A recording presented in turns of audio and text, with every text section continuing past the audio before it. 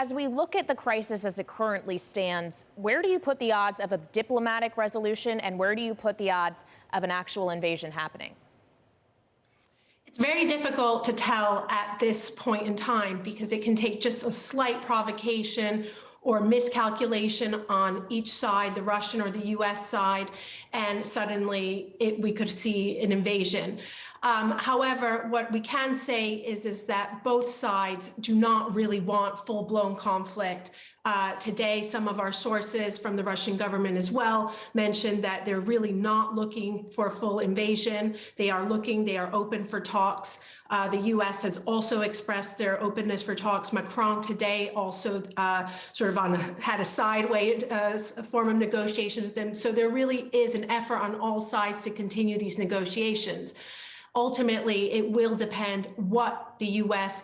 is able to offer the Russians. It's very clear that they are not willing to preclude other members from joining NATO, and that is a problem. How unified is the West when it comes to this issue? Latvia's defense minister writing in the FT today, calling Berlin's position immoral and hypocritical.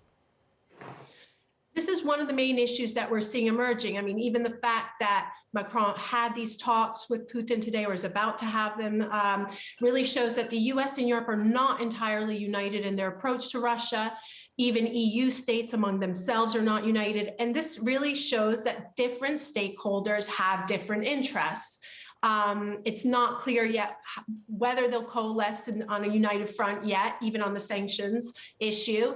That remains to be seen, but certainly it complicates negotiations with Russia.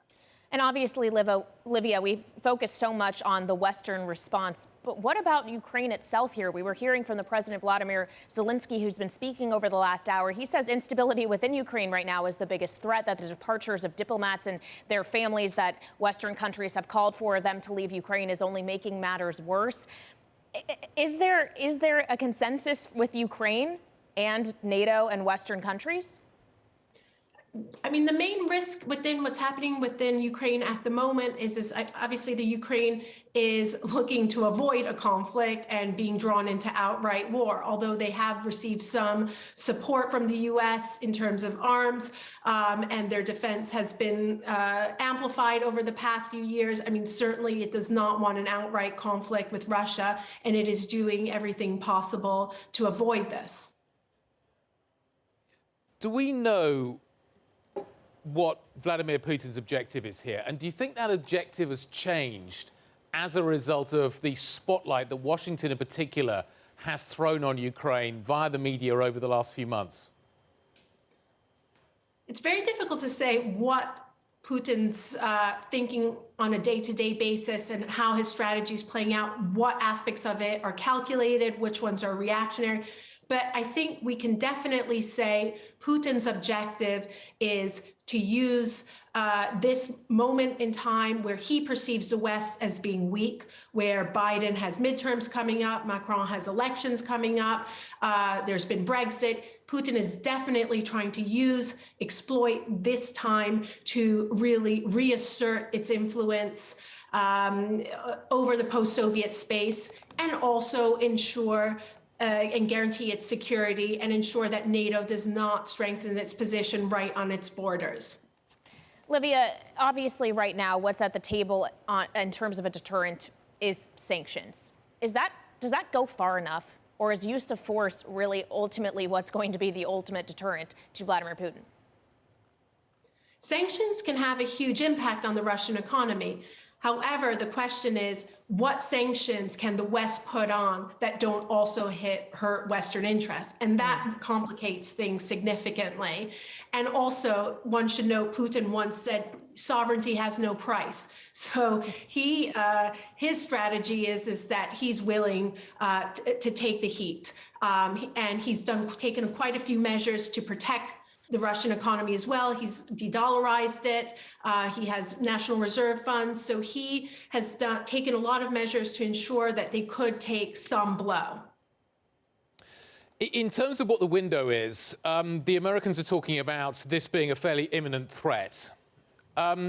Is that the case? Just in terms of the situation on the ground, we have Ukraine increasingly being armed. Some European countries are sending weapons to Ukraine. We're seeing, therefore, actually Ukraine becoming a more difficult nut to crack. But also then there's the weather factor in all of this. How should we just think about the timeline here? How are you thinking about the timeline for a possible invasion? I think we really have to be careful about using, these words, big words like when the invasion happens or when it doesn't. This is a very difficult situation with a lot of different moving parts.